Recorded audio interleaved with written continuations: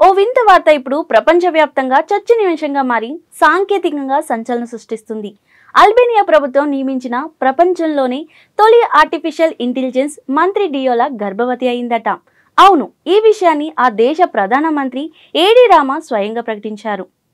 బెర్లిన్లో జరిగిన global dialogue సమావేశంలో ఆయన మాట్లాడుతూ తమ ఏఐ మంత్రి డియోలా త్వరలో 83 మంది పిల్లలకు జన్మనివ్వబోతుందని చెప్పారు.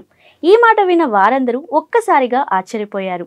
ఏఐ మంత్రి గర్భవతి అవుతుందా, పిల్లలకు జన్మనిస్తుందా, ఇది ఎలా సాధ్యమని బుర్రలు గోక్కున్నారు. దీనిపై ప్రధాని రామ వివరణ ఇస్తూ ఇవి అసలు పిల్లలు కాదని, డిజిటల్ పిల్లలని, డియోలో సృష్టించబోయే కొత్త 83 ఆర్టిఫిషియల్ ఇంటెలిజెన్స్ అసిస్టెంట్లను ఆయన శిశువులుగా వర్ణించారు. ఈ డిజిటల్ పిల్లలను సోషలిస్ట్ పార్టీకి చెందిన ప్రతి పార్లమెంట్ సభ్యుడికి ఒక్కొక్కరిని అసిస్టెంట్గా నియమించబోతున్నట్లు చెప్పారు. వీరు పార్లమెంట్ కార్యకలాపాలను పర్యవేక్షిస్తారు, డేటాను విశ్లేషిస్తారు, నిర్ణయాలు తీసుకునే ప్రక్రియలో సభ్యులకు సహాయం చేస్తారు. అంటే రాజకీయ వ్యవస్థలో కృత్రిమ మేధస్సు కూడా భాగస్వామ్యం కాబోతుందని ఆయన వివరించారు. ఈ విషయం అల్బేనియాలోనే కాదు, ప్రపంచవ్యాప్తంగా కూడా చర్చనీయాంశంగా మారింది.